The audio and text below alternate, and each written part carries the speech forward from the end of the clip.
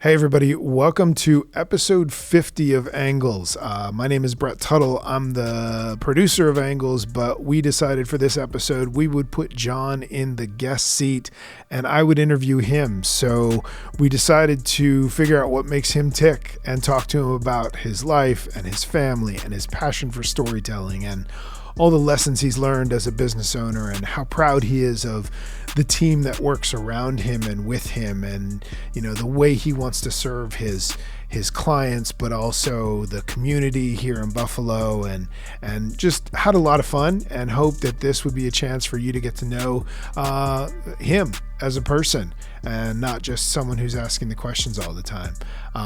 Just thankful we got to 50. We're looking forward to so many more. But as always, this episode is brought to you by Richmond Vona, personal injury attorneys. When the unexpected happens, expect Richmond Vona. And we hope you enjoy the episode. You sure it's on? God, I hope so. Is everything rolling? Okay, we're good.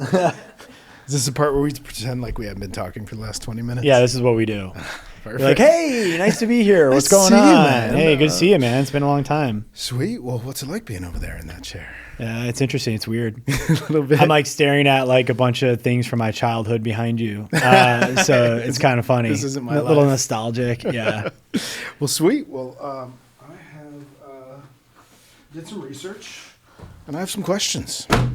So let's here we get go. to it. This is like a deposition, like an old school deposition. That's amazing. I had a couple questions. No, I actually just have two pieces That's awesome. of paper here. Love doing a visual gag on a podcast. Dude, where that's like a thing, everybody's listening. like at trial, Yeah. especially when you have somebody that's a tactic sometimes when like maybe somebody was like really seriously injured and they have like thousands and thousands of pages of medical records or like voluminous like documents like on liability or like corporate wrongdoing. And sometimes even in this day and age where everything's like electronic, it's like a tactic to like print everything out and like fill the courtroom with everything. So like the jury can see like they're saying her injuries weren't serious. Like all that paper are her medical records. 10,000 pages behind us. Not that that's- serious. Yeah, no, Yeah. she seems fine. Yeah, she's good. Well, that's great, man. Well, I'm glad we're here. Yeah, I'm going to let's do have it. to read some of these questions Fine. because I'm not as rehearsed as you are. But I want to start with one. I actually just saw the social post from last night where you mentioned that if you weren't a lawyer, you'd be a documentary filmmaker. Yeah. What is it about that kind of storytelling that interests you? Yeah, well, first off, like as a little kid, I've always been obsessed with movies, and obviously as a little kid, I wasn't like into documentaries. I didn't even know what those were, right? But as I got older, I've just always been drawn to it. And I think, maybe it's in line with being an attorney, right? I think the truth is important. And I think I give a lot of credit to people who spend a lot of time and money and energy to uncover the truth, to hold people accountable, or, just to shed light on someone or a cause or whatever it is, a subject that like maybe the general public doesn't know about. And as you know, right, and you are too, like being an intensely curious person, you can't look away. Dude, like I can watch a documentary, like I'm sure like a lot of people, it could be true crime, but like it could also be on totally random things that I would never think I'd be interested in. And I think it's just like, so it's like that intense curiosity and just having a respect for people who know how to tell stories, who want to tell somebody's story, and do so in a way that, again, like just sheds light on it for other people. I just love it. I'm just like such a curious person. I love to learn. So that stuff's just really interesting to me. Perfect. All right. Well, I wanted to ask you too, like, was there a moment or something, a situation that you witnessed in your professional career that made you decide to build Richmond Vona for your own? I mean, yeah, for sure. I'll say this, like, you always hear stories, this entrepreneur, this founder, they had a paper route, they had a lemonade stand, they were selling baseball cards, whatever. I never had any of those things. And so going into law school, I never really thought about that. I wasn't thinking about starting my own law firm or even any business for that matter. But my dad was an entrepreneur. as I've gotten older, I've realized I have a lot in common with my dad. And I think that maybe the entrepreneurial spirit, so to speak, was subdued because of my just intense focus on hockey and school for so long. It was just like just being really focused on one thing. But then as I started practicing, you know, I had the opportunity to work at a really, really large, one of the largest plaintiff or mass tort firms in the country in New York City for a long time. So I got to see like the inside, or like, I guess like the belly of the beast of like just a massive law firm, like as high stakes as it gets. And then I came up to Buffalo and worked at a very successful yet small, much smaller version of the firm I was at in New York. And to be honest, when I was working at that firm, you know, I started helping with certain things with the business. And then it became pretty clear that they maybe didn't like my ideas or didn't want to go in the direction that I thought they were going to let me go. And like, I don't fault them for that because it's their business, right? So I'm not speaking, you know, negatively about them, but that really just kind of had me going. And, you know, I'd already thought a little bit about like, hey, I didn't like the way certain things were being handled at the big firm. And then at the smaller firm, when that happened, it was kind of like just the floodgates open. It was kind of like enough is enough. I want to do this for myself. And then again, and then on top of that, it's like access to information, like, you know, now with like YouTube and podcasts, and, you know, just became obsessed with like like listening to entrepreneurs and founders and CEOs and then law firm owners. And I was like, I would love to like, just like take a shot at this thing and do things the way I think they should be done.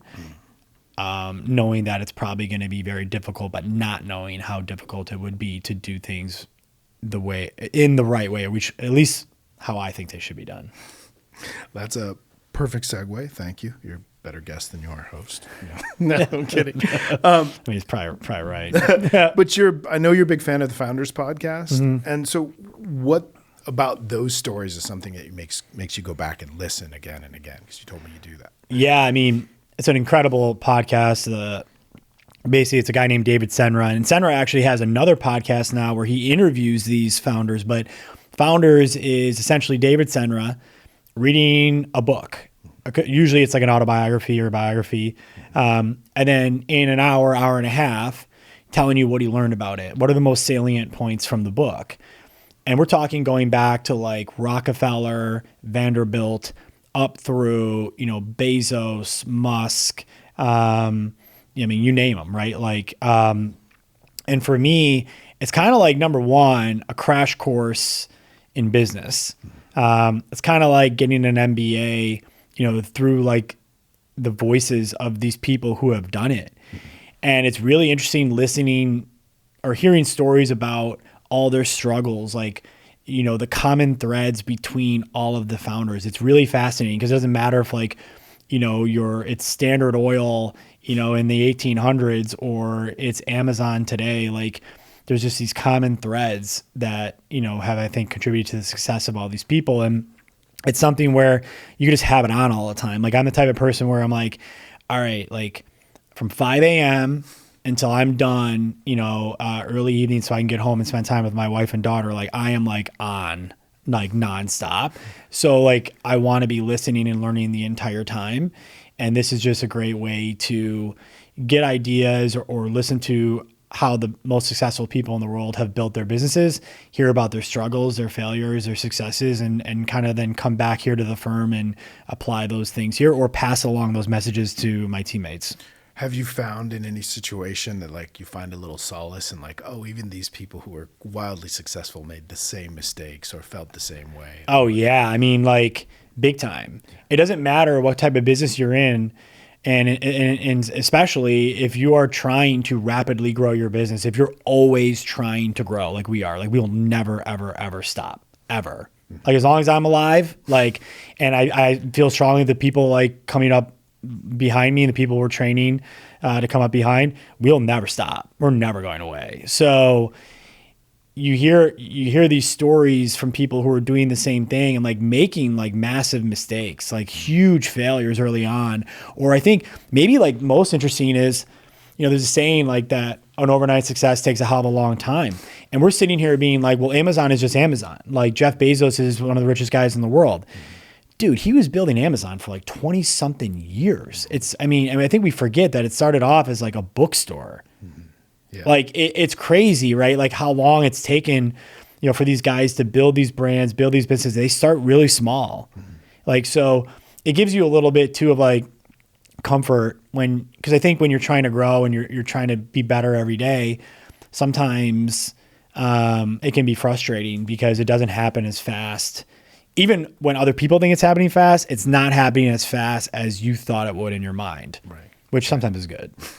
Well, then if you could go in the Wayback Machine, what do you know now about building your team here at Richmond Vona that you wish you knew at the start? Oh, man. I mean, well, I think at a high level, right, your values, your core values, your vision, your mission really come into shape in those early years when you're building things out. So there's a million things. So like, you kind of wish you could go back and have those from the beginning, but I don't know that that's possible. I think your vision and your mission and your values should be somewhat similar. I don't think they should be drastically different, but as you progress, they come into clarity and you learn what's important, what's not important. And I think perhaps most importantly is you learn like who's right for your firm or your business. Like who are the people that you want, in the trenches with you?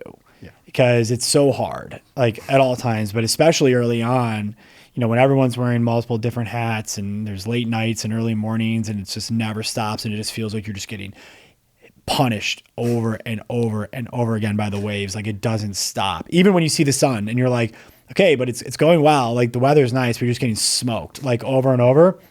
So I think the biggest thing is like, I would tell my younger self, focus on certain things in marketing, like just focus on being authentic, building the brand from scratch, more organically. Don't follow what everybody else is doing.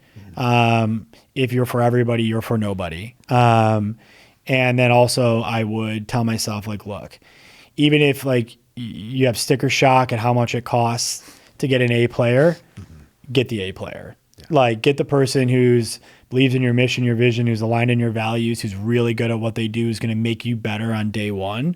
And I'd rather have that than like kind of sift through people who you're kind of just bringing in to bring in. And then they end up not working out anyways. Yeah. Because you're worried about cost. That makes sense. Yeah. I mean, well, and so I listened to a couple of Founders podcasts in advance of this, and there's a Rick Rubin episode. Yeah, he's amazing. He's like, my job as a producer, and I kind of feel this way about my job as well, is it's not to impose your taste or your will on the team. It's to create conditions where they can do the best work that they can. Like, how do you think about that with leadership?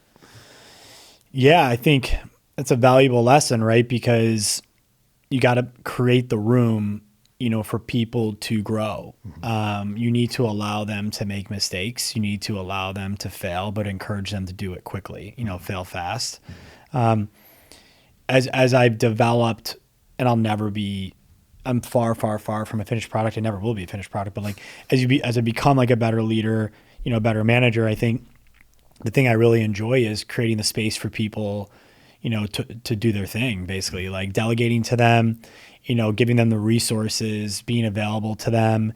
I look at it as my job is to go out and learn, and whether it's from best practices in the industry or, how to be a better leader, how to, whether it's marketing, tactics that I read about, like it's just my job to consume all the knowledge and come back to the team and share it and say, hey, I'm not telling you have to do this, but these are the people who are saying that this works for them, or this is like their approach to this or that.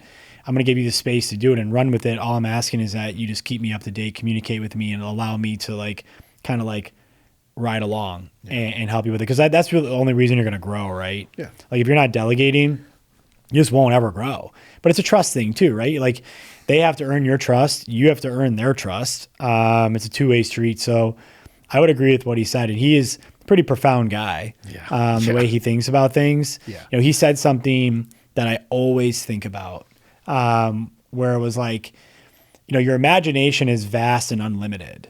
And so sometimes when you make something a reality, it becomes smaller. Yeah. Right. Yeah. And so how do you handle that? Sure. Right. Because in your mind, it's this big, huge, crazy thing. It's limitless. You can do anything. And then you actually start doing it, and the reality makes it smaller. Yeah. But you just got to make sure you got to break that. You start to eat the elephant one bite at a time, Yeah, rather yeah. than looking at its entire exactly. thing. Yep. Well, I think that's really interesting. Kind of how you position the founder's part with building the business. I mean, I know you're someone who has very high standards. Yeah. And for your team and the firm, but you're also, in my experience, kind of wired to protect people. Yeah. And that's very important to you as well. Yeah, for sure. And where did those things come from? Yeah, it's a good question. I'm trying, man. Yeah, no, it's good. 1 second, I want to make sure we're recording, just so we don't burn this whole thing. We don't have the producer chair is the empty. producer's over here. So, so I'll start with protection. I think growing up, right? Everyone's had an experience where they were made to feel unwelcome or uncomfortable. They were bullied. Everyone's had that. I've had that. It's such a terrible feeling, right? Yeah. And why would you want that to happen to anybody else if you can help it? So for me, it's like, I always want to try to protect people, especially people who are loyal and good to me. I'll do anything for them. And I think, as you grow in your position and in influence, you have even more of a responsibility to do that. I really despise people who, especially when they grow into power, look down on other people, treat people poorly. That really pisses me off. I don't like that. And I think, that's part of the reason too why I got into what I'm doing is that's exactly what the insurance companies do. They really seriously, they are designed to screw people over. They hire consultants, the biggest in the world, to teach them how to do it. And it's just bullying at a really high level. So I think too, my parents instilled that in me when I was really young. You're always good to people. You don't treat anybody differently. I went to public school. I had all different types of friends from all different types of socioeconomic backgrounds. And I think that was really important. Many of them are my friends to this day.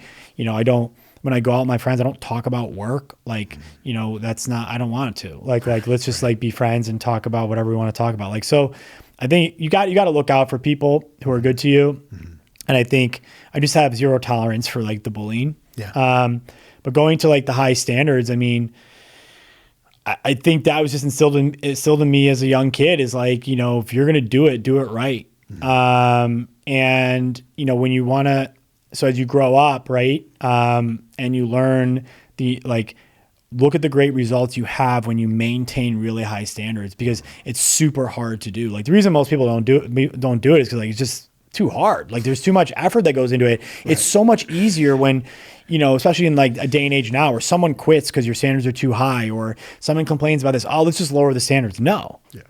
If anything, they're going higher. Right. Yeah. But I think, if you think about what we do as personal injury lawyers, we get paid a lot of money. Mm-hmm. People are oh, well, all the personal injury lawyers well, we don't get paid unless we win. Yeah, that is true, right? Mm-hmm. Well, why is that? Because no one would ever be able to pursue an insurance company if they had to pay out of pocket, because they drag things out, they deny, they delay. Right.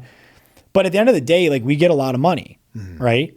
So why wouldn't it be our obligation to provide the highest level of representation and experience humanly possible? Why should we be held to any less standard? Why should we not have to? Why shouldn't we be forced? Why shouldn't the market force us to be out there every day trying to get better, to do better by our clients, by our teammates? And then maybe this is a little, I don't know, in the clouds, but it's I don't know, you got one life to live. Yeah. I could be dead tomorrow. Sure. And I think that, okay, maybe I'll be known for being hard on people at times, but the hope is that, when they really think about it, it's wow, okay, he did it for the right reasons. We did have a huge obligation. People trust us. We have to do our best every day. And it made me better. Yeah. So I think, it's just, you just got to stay persistent because it's just so easy at every corner when it gets harder. Because people say it. Like even people in leadership sometimes, like just because they're second guessing it, they don't mean it really, but it's like, well, maybe we should lower our standards. And they don't necessarily say it like that, but that's what they're saying. You're like, absolutely not. Right. Yeah. Right. And you may have answered this question, but I was listening to Senra, and he said after reading 400 biographies, there's every great founder shares one thing they refused to dilute in their business, and what's that one thing this firm will always be no matter what? Yeah, I mean, we're always going to be a law firm that every single day demands the best of you, that demands excellence, that demands that we grow, that we get better, that whether it's AI, the best client experience, the best culture, always trying to get better every single day. It's just so important. Like you can never stop trying to grow and get better. Like obviously when you're growing a business, like you're like looking at all the bottlenecks and let's zap that one, let's zap that one. But like, even when you think you got it figured out, you don't, like, cause here comes the next thing. And so you gotta be surrounded by people who have the same kind of mentality and just be like trying to get better every day because you owe it to the clients. I mean, you do, like, and you owe it to the community. Like, it's like, we want, this sounds crazy, but like we don't just want to be the best in Buffalo. Like we want through our work, Buffalo to be known for having the best. Yeah. Right. Like, and we can play a small part in that along with a lot of other great businesses here locally and be like, hey, this is a great city with some really high level businesses that make a huge impact. I think that's worthwhile. Right. Yeah. I mean, do you think, you played hockey when you were a kid, played for a long time, and you got to the college level, and that's hard in itself. Just do you think that constant persistence and the practice and the learned effort to be good at that, in addition to being a goalie where you're getting shot at from every direction, allowed you to, one, be persistent, but two, also be flexible in how to maneuver quickly? Yeah, I mean, you have to be extremely persistent. Like giving up is not an option. Like the thought of like letting your teammates down and then even like the thought of letting yourself down or the thought of like looking bad because you're just like giving up because things got too tough is just like not an option. Like it doesn't matter. Yeah. Like it does not matter. Like how hard it gets, like you don't quit. Like, and you got to keep getting better and then being flexible. Yeah. I mean, like you got to have like a really short memory. Like, it's like, it sounds funny, but like you let in a bad goal or there's a bad loss or something doesn't go well. I mean, you need to like learn from it very quickly and internalize, but then you got to forget it and just like keep moving on. Yeah. So yeah, I mean, there's a lot of things I've talked about it a lot before about like how you realize when you get older, how something like that shapes your life and shapes who you are. But yeah, there's no doubt. I mean, I think I honestly like the persistence of just like when things get really, really, really tough. I mean, we are designed to quit. Like think about like maybe something people can relate to, like you're in the gym or something or maybe it's like the time you had a personal trainer or it's sports when you're younger and like you're doing something really hard, like tons of sprints or, a hard workout. You're being guided and like your brain and your body is saying you need to quit. Like stop now. Like this is too hard. I'm going to throw up. I'm going to pass out. Well, you're probably not. Like keep going. But even if you do, just keep going. Do your best. Like don't give up. And there's even like, in a team atmosphere, like you're just like looking at like the people around you being like, I don't want to look bad. Yeah. Like I'm not quitting. Like let me and then you go back to the drawing board. If like that didn't go the way I wanted to, let me learn from it pretty quickly. So I think it helps a lot. Yeah. Did you have that drive? Like when you first started hockey, it was like, I'm with my team, I want to let them down. Or as you got coached, did you learn that, the don't quit part? Yeah, I think it's a good question. I think it's more learned. It goes back. That almost reminds me of like when people are like, "Oh, natural leaders are born." Like I don't really buy that. No. Like I think there's some people that maybe have qualities that could lead them to be a better leader, but like oftentimes like people like associate great leadership, and this is false, with like charisma. Like if you like read like Jim Collins books, like Good to Great, like most great leaders are not as charismatic as you think they are. No. Those are your salespeople. Yeah, exactly. Right? So, it's, I think you learn it along the way. It's valuable lessons from your mom and your dad or whoever your support system is. It's your coaches, it's your teammates, your friends, hopefully your mentors, whoever they are, whether you actually know them or you're just watching them on TV, whatever it is. I mean, I think over time you reach a point where you're like, look, the pressure's getting greater. The expectations are greater. There's more on the line.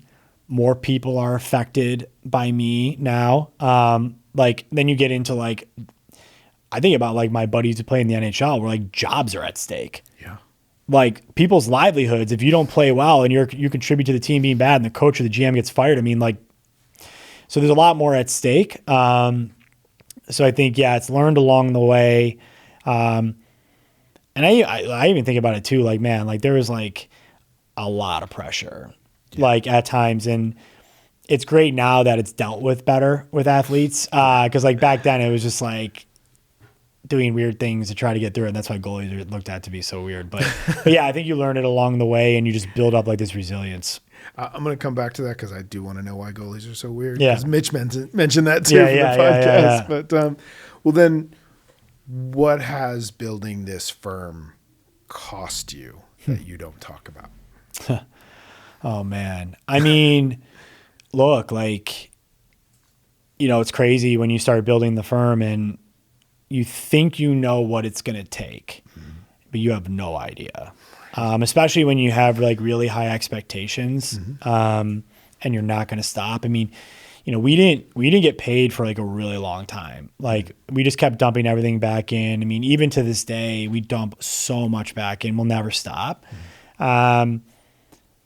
And it's tough, right? Like you self-fund a business and you're watching your bank account just go down and down and down and down, but you see like all the good markers, like, okay, these things are going well. Like we're getting there. Yeah. We just have to hang in. We just have to survive. And all these people are, relying on us, but it's like, dude, you get into a point where like you're living in a constant state of fight or flight, like stress.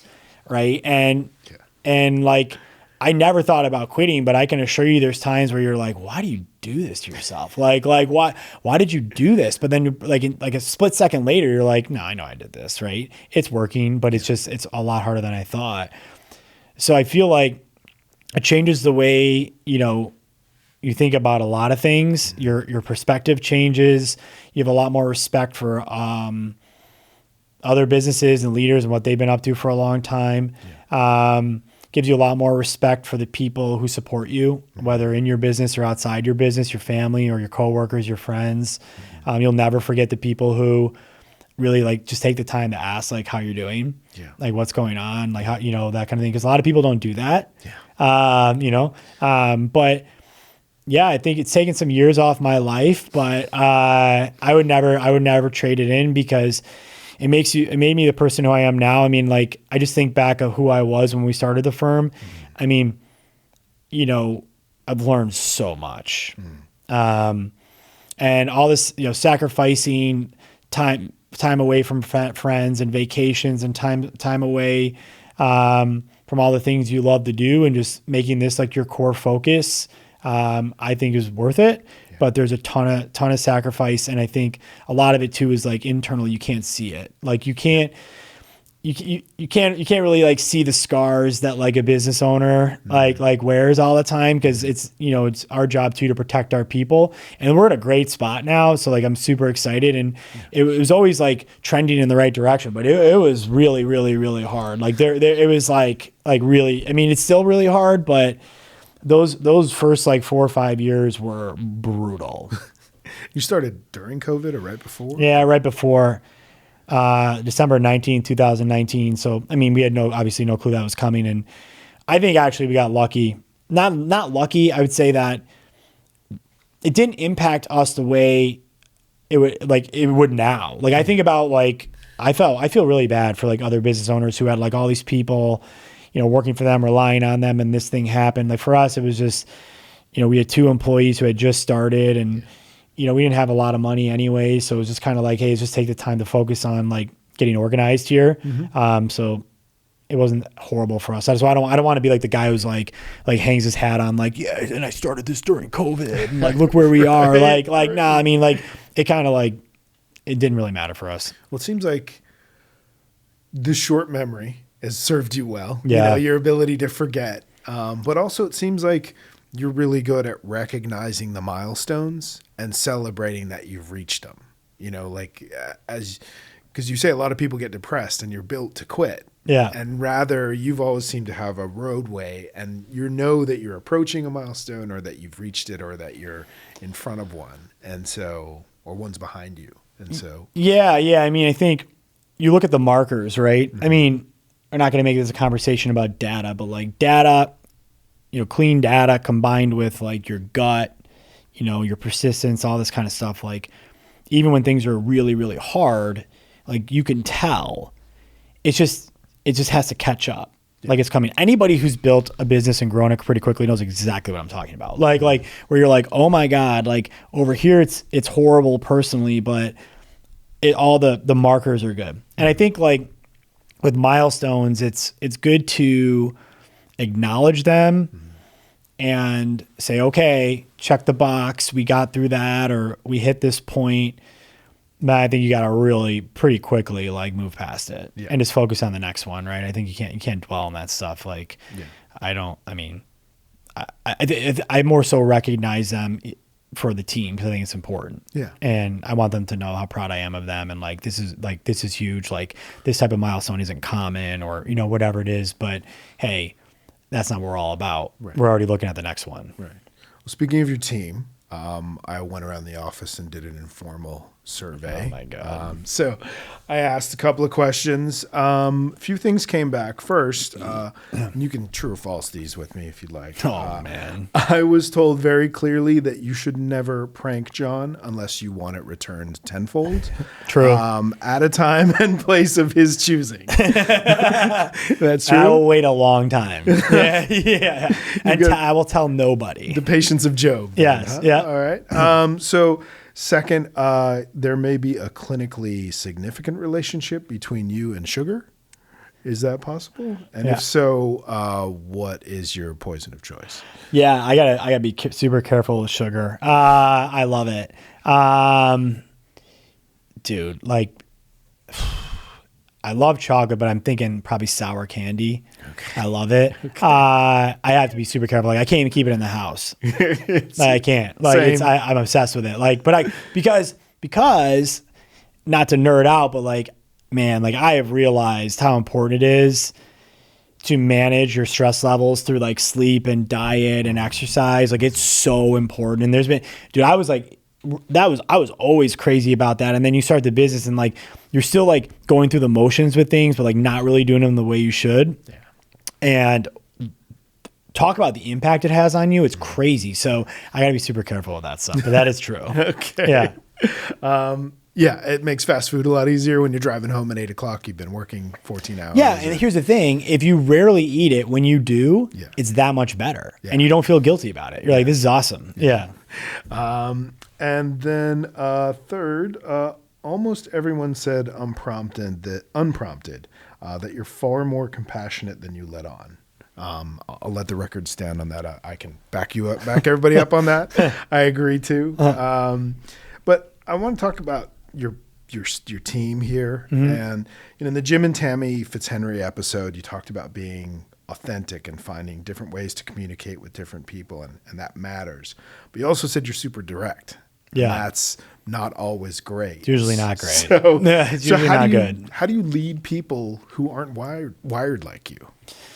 Well, first off, you make a lot of mistakes, a lot along the way. You convince yourself because you're a direct person that like everybody wants it that way. And I think, interestingly too, a lot of people who actually don't want it direct will tell you that they do. Right. Probably because they think that's what this guy wants to hear. So you have to be super careful with that. And I think you just need to learn a lot about your people as much as you possibly can.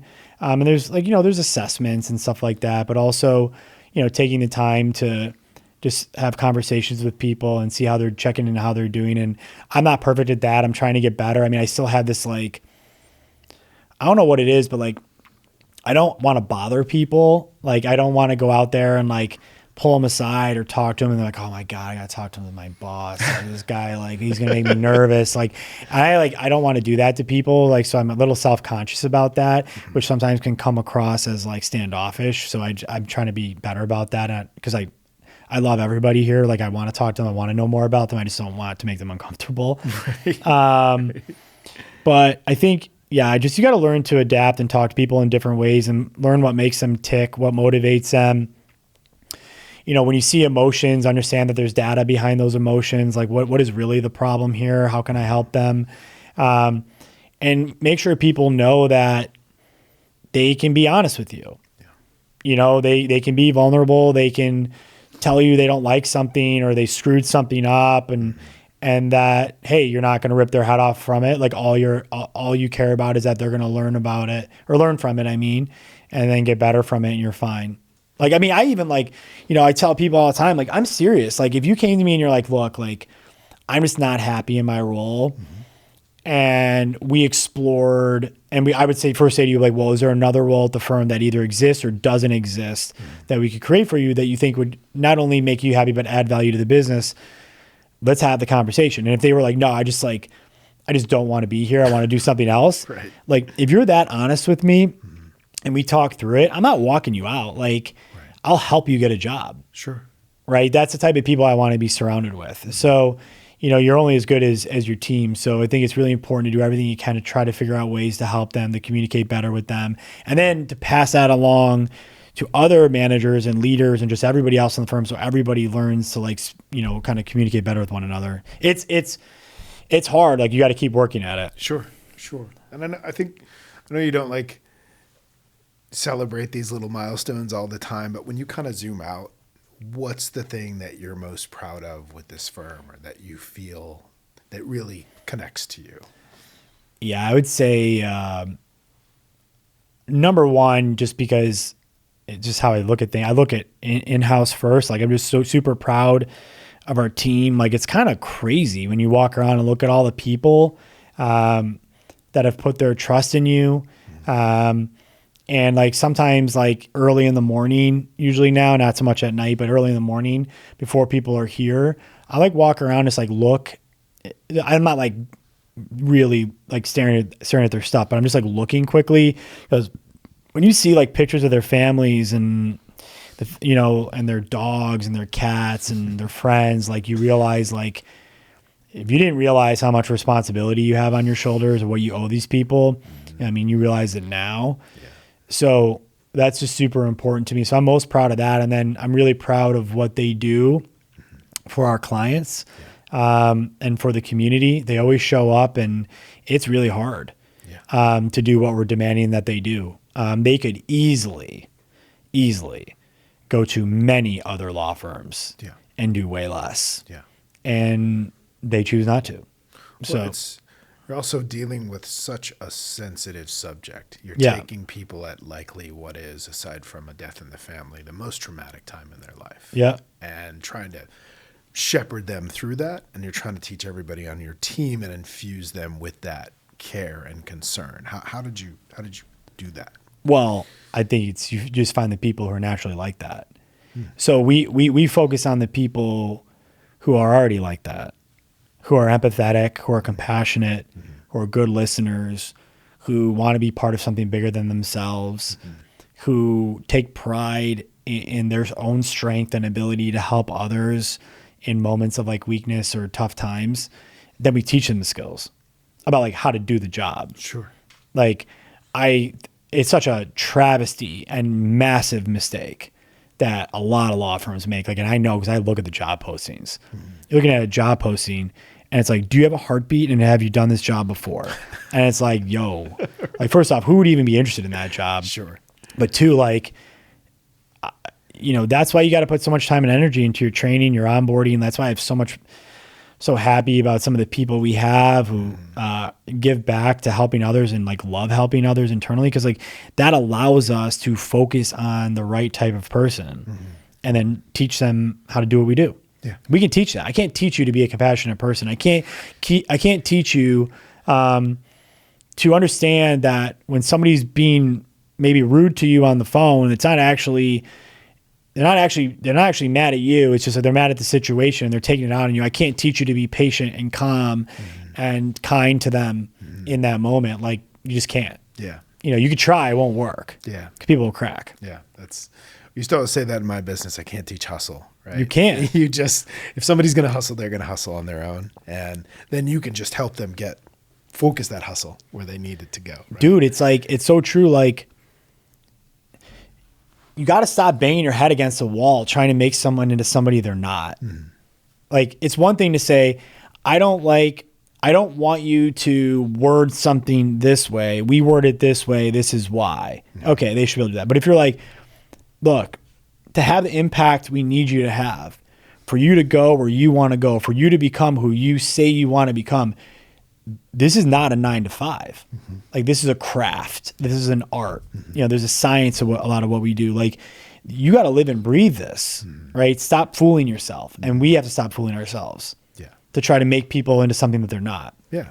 I think you can be a little bit lenient with younger people because you have to understand that everybody comes from a different background. Like, you know, not everybody's pushed the same way. Not everybody has the same experiences, right? And it just might take, you know, the right mentor, the right environment to bring that out of them.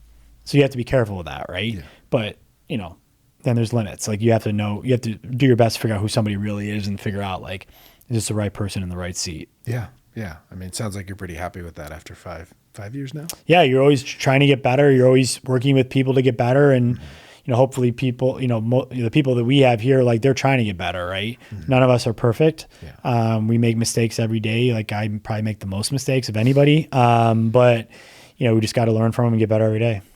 Perfect. All right. Well, I'm going to go back to Founders because I like it quite a bit. But I love talking about Founders. Tarantino said in his Founders interview that he doesn't make movies for the critics or the studio. He makes movies for the version of himself that would have loved seeing that movie. Yeah. I want to talk about Angles now. When you started Angles, what were you making it for? Were you making it for the clients? You make it just to do marketing? Like, what did it feed for you? So I'll take you back to when we were talking about this. Everyone was trying, not everyone, like, I'll just say certain people in the industry were trying to get me to make a legal podcast. And I'm like, who the hell wants to listen to that shit? like, and I don't want to do that. Like, that sucks. Right. For me, it was, I want to create a space, create a podcast where, you know, I can just talk to whoever I think is interesting. Like, whoever I think I would personally want to have a beer with or, like, have a conversation with, and learn from them. Yeah. And hopefully other people who tune in will say, wow, I learned something from this. Like, and I didn't expect to. Like, you know, I'm in manufacturing and I didn't realize that I had something in common with a chef. Because for me, I think that's been one of the keys to my personal and professional growth is wanting to learn from people from all different walks of life, who have all different sets of experiences and are in different industries. I just think it's really interesting. Now, I think early on, you know, there's other things at play where you're like, well, you know, this does come out of our marketing budget, and, you know, does this, you know, play in at all to building our brand? And you have to be conscious of that. But I think, like, you know, we talk about it, it's like, look, like, of course, like, there's an element to the podcast of, like, we want people to know who we are, but we want people to know that we want to give back. Like, we're not asking you for anything. Like, we're not making any money off this podcast. Like, we just want to do it because we love doing it.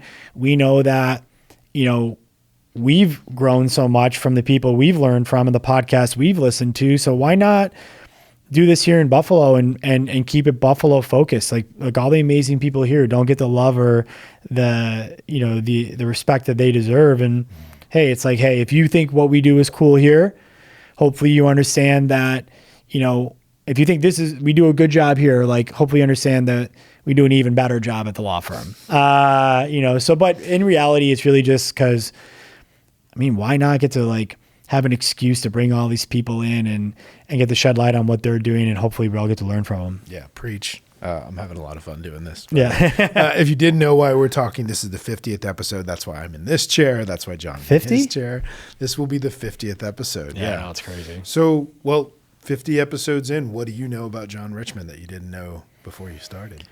Oof. Man, I think more so than ever, it's the podcast has just reinforced, like, just be yourself. Mm-hmm. Like, be authentic. Yeah. Don't be rehearsed. And that's really translated and transitioned over into, you know, how we are now and how we're about to start marketing our firm. It's like just being way more authentic, like trust that you know how to have a good conversation with people, trust that, you know, your curiosity can get you through what maybe some people think is intimidating. There's all these cameras and lights and all that kind of stuff. But so at its core, it's like, help me like just reinforce it, like, hey, just be yourself and, you know, just be curious, you know, it goes a long way. But also it's, you know, taught me that, you know, it's sometimes it could feel lonely, like being an entrepreneur or being a founder, but they're having all these different people on and realizing we have so much in common, even though we're in different industries and at different stages of our journeys is really like refreshing. Yeah. And having the ability to reach it back out to these people and talk to them just like reinforces like the strength of the community here in Buffalo. So I just think it's also finally taught me, like, honestly, like, just do what you love. Yeah. Like, I love listening to podcasts. I love having conversations with people, especially, you know, people I don't know anything about. So just do more of what you love, like follow your passion and, you know, and don't look for anything from it. Yeah. Like, we're not asking anybody anything from people. Like, we're not, you know, just keep chugging away, doing what you think is right, follow what you love, and hopefully good things come from it. Yeah. And I'm not going to ask you to remember any quotes, but what are, you know, which one or what are some of the ones that just like, you were just like, wow, this was great. I had there was a good flow, and not that anybody was good or bad, but just like, or that surprised you. Yeah. Someone that you talked to, like, I don't know what this is going to be. And then the other side came out. You're like, oh, wow. So I'll say this. I've been surprised by a lot of people, like in a good way.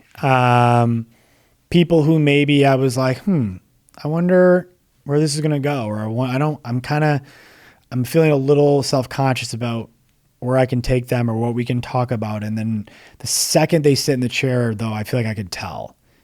Like, you just tell, like, how it's going to go, like, immediately, right? So I don't necessarily want to name any names, but I'll say this, like, whether it's being shocked at how down-to-earth professional athletes are and how cool they are and easy to talk to meeting maybe somebody who are like, wow, you're kind of like, this is weird to even think about for me. It's like, you're kind of a younger version of me. You're like in a totally different industry. Like, I see a lot of myself in you, and then thinking that, and then having like my wife be like, yo, that guy sounds just like you. Like, you guys hit it off really well. Yeah. I also learned that we're all human.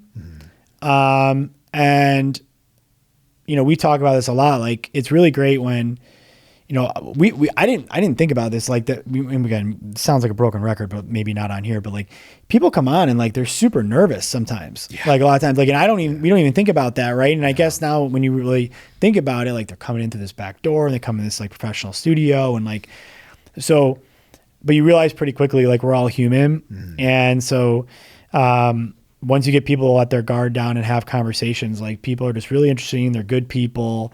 Yeah. Most people are trying to do what's right or trying to do their best. And in every single episode, I've taken something away from it. Yeah.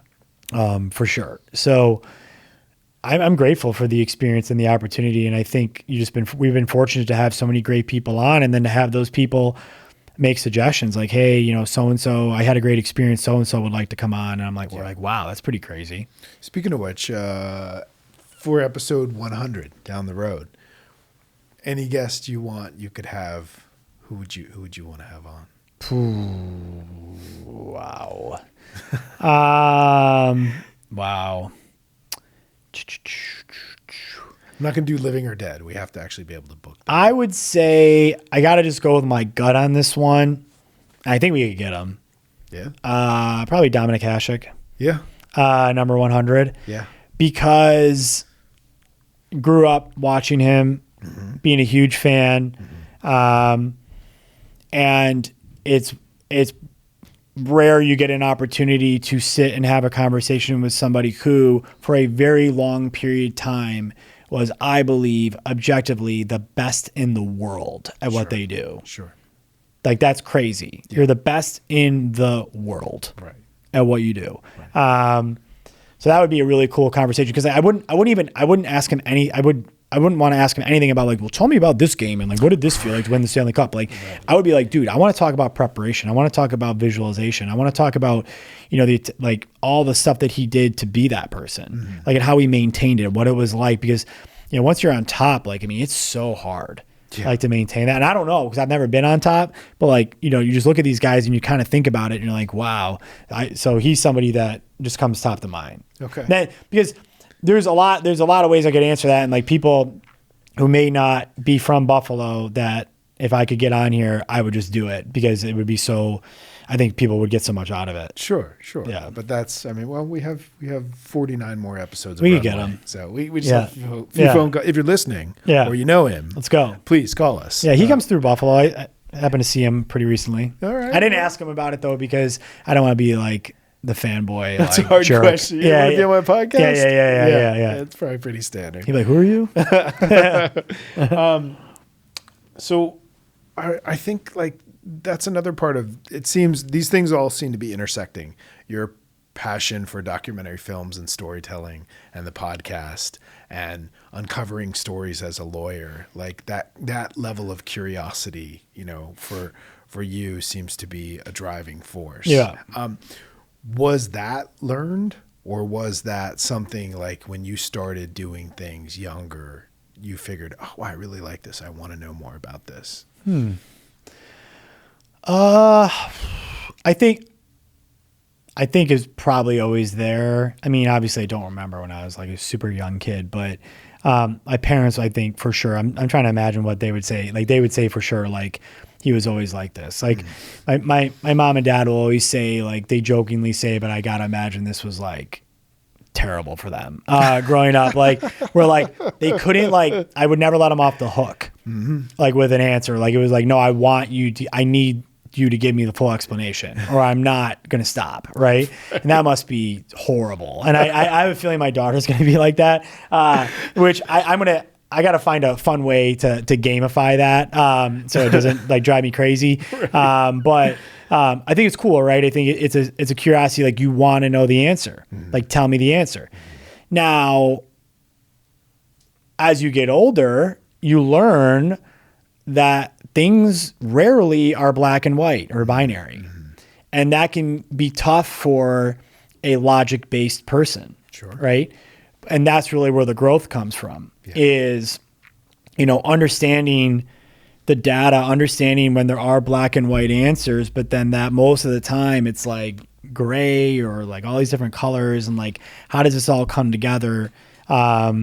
So I think that's really interesting. So I think like over time, that was my struggle, was like, or that was really like the effort, was to like be curious, learn from as many people as possible, from as many situations as possible, travel, like do everything you possibly can to get experience and perspective to truly understand that, to really get to the bottom of something, you can't look at things as if they're black and white, because they're not most of the time. Now, once in a while they are, but rarely is that the case. How do you accept if there's just no answer?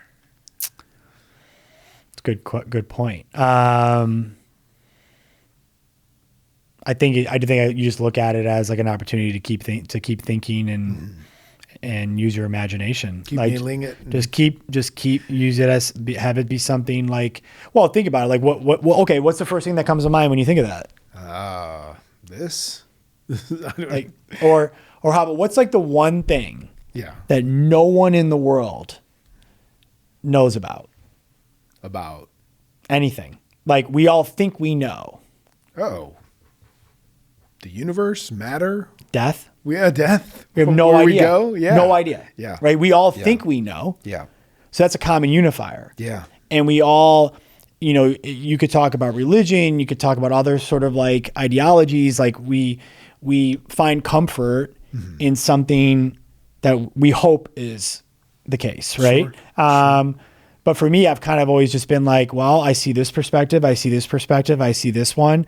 I'm not going to beat myself up or maybe tie myself to one thing or another. I'm just going to say, hey, let me just go along life and try to be the better version of myself every day, and whatever happens. Yeah. Right. Yeah. That's, I think that point specifically is so wrapped in fear. Oh yeah. Which is, nobody's proven that you have to be afraid of it. No. Yeah. So there's no definitive proof that, yes, you're not here anymore, but maybe you are, and we don't know. Exactly. How, right. Yeah. So, exactly. Yeah. So it's like, so I guess to your point is like, don't beat yourself up over something like you just can't ever know. Focus on what you can control and what you do know about. Well, I also want to ask you about, which we don't talk a lot about, and let me know, but your family, you're a girl dad. I mean, what's that like? You're a business owner, you have your own podcast, and then the most important likely is your girl. Yeah. What's that been like? It's the best thing in the world. I mean, very lucky, for a long time, I started thinking like that was probably not in the cards for me. I think if you ask any of my friends or family, they would agree with that. And I remember my mom would always be like, I'm telling you, like, you got to do it. Like, you're going to love it. And, you're just so like focused on the mission, like with like the business and all that kind of stuff, and things happen in life. And you're just like, I don't think it's going to happen. And then I got really, really lucky. Met my wife, Nicole, and, we knew from day one, probably pretty close to day one, like, hey, this is going to be a great thing. We want to start a family together. And then we have our daughter, and it's nuts, like watching her grow. Like, I mean, she's 7.5 months old now. Yeah. She's like very alive. Like, she's online, right? Like, she knows what's going on. She knows who daddy is. Yeah. Like, she lights up when I walk in the room. Yeah. She lights up when Nicole walks in the room. It just changes your perspective on everything. And, for me, like, I'm trying to do I'm doing what my dad did, where it's like, he was always so busy, but like he was always home for dinner. Like, even if he had to go back out after, so like I'm always home at a certain time. We have dinner. I play with her for a long time.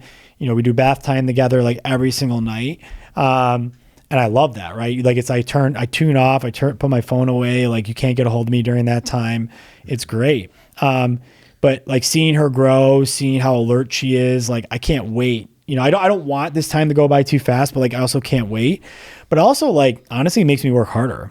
Yeah. Like, it makes me more focused than I've ever been. And also, I said this before, like, changes my perspective on people. Like, because, I can be quick to get really frustrated with people and be like, how do you not see this? Like, why are you not doing this? Like, how do you not understand that, like, you have to do A, B, and C to get to this place? Like, what is going on?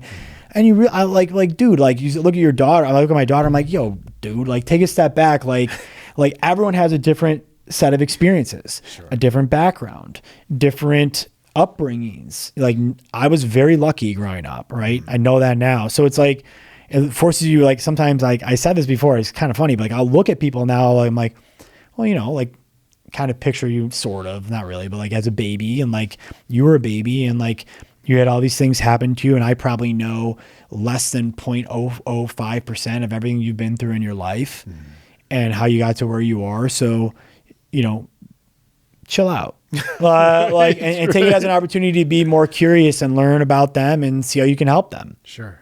So yeah, it's been amazing. And like I said, I don't want it to like go by too fast, but like it's already going by fast, and I'm really pumped, yet a little apprehensive to hear her start talking, because I think she's very similar to me, like my wife would say, so it might be a little interesting, but have you had to curtail your expletives at home just because you don't want her? Oh yeah, because I'm like, she's gonna know what's going on. She's gonna blurt, right? Yeah, she's gonna start saying fuck. Yeah, for sure. Yeah, for sure. And then it'll obviously be my fault. Right, of course, of course.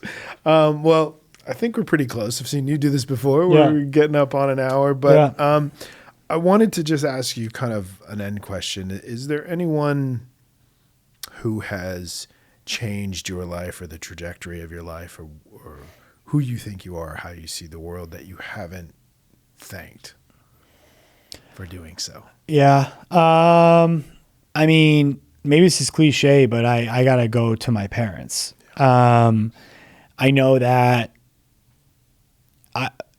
I've not always been like maybe the easiest person to deal with, only because like, you put a tremendous amount of pressure on, or I put a tremendous amount of pressure on myself. There's a lot of stress. Like, you're not always present when you're at places. And, they probably were concerned for a period of time. Like, where's he going? What's he doing? Like, I hope he's going to be happy. Like, I don't think they ever questioned like, okay, is he going to be successful like in his career? And, I think it was more like, we're afraid he's not going to be happy in life.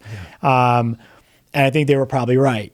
Because if, I didn't have the family that I didn't meet my wife and, have the baby, I think down the road I would have, for me anyways, been like, oh man, that's probably something I would have wanted to try. I mean, it's different for everybody, but like, with my parents, I think like to when I was young, and like all the times when, my mom or dad like wouldn't let me quit something. Like, they would not let me, no matter how much I tried to convince them that I didn't want to do it or was stubborn. It was not allowed. Like, you had to finish it. Or, forcing me to work on hard job sites when I was young, or my mom bringing me when she was a director of special education at different school districts to, volunteer with, those, like the mentally disabled and like things like that. And, getting this perspective. And then even like going into law school, when like I hated law school, like I hated everything about it. I think the law school model is so broken, and wanting to quit. Yeah. And my parents knowing me really well and saying like, hey, no, you're not quitting. You're not allowed. You took out these huge loans. Let's remind you of this, but like, why don't we just get through the end of the year and like, see what you think about it? It's probably not going to be as bad as you think. And then through all like the stressful times, like them continuing to be supportive, continuing to show up, continuing to, be there to listen. So it's like, there's no way I would be where I am without them. I mean, like it's just no way. So like, there's a lot of people along the way, maybe like mentors here or there, but it's like, it all started with my parents, and like, I definitely owe it all to them. That's great, man. Well, it's a nice note to end on. I just want to say thank you for giving me the space to come and produce with you. No, thank you. We love 50 have been fun. It's been a great time. Well, and thank you to you for, when we were starting to like talk about this thing, I'm glad that we met, because we've always been on like kind of like the same page with like what we want to do with it. Yeah. And we both, I think, also knew that like, we just got to keep chipping away at it, and we're just going to do it because we have fun doing it. And like, let's kind of like see what happens. Right. There's never been any like, we've not forced each other to like do anything we didn't want to do. So we just kind of been true to everything. So I appreciate you. Yeah. There's a lot of work that you do behind the scenes that nobody sees. Well, that'll be episode 101. There you go. All right. Thanks very much. Thank you. Appreciate it. All right, everybody, that's a wrap on this episode of Angles. I appreciate you listening, as always. And look, I just have one small favor to ask of you. If you got value out of this episode, please go on, whether you follow us on Apple, Spotify, YouTube, wherever, like, subscribe, leave us a review, share this with your friends. Doing this makes the podcast more visible, ensures we can keep running this, we can keep getting great guests to tell these great stories. So again, if you've gotten any benefit out of this, share with a friend, your family member, whoever. We really appreciate it. Thanks as always for listening. We'll see you on the next one.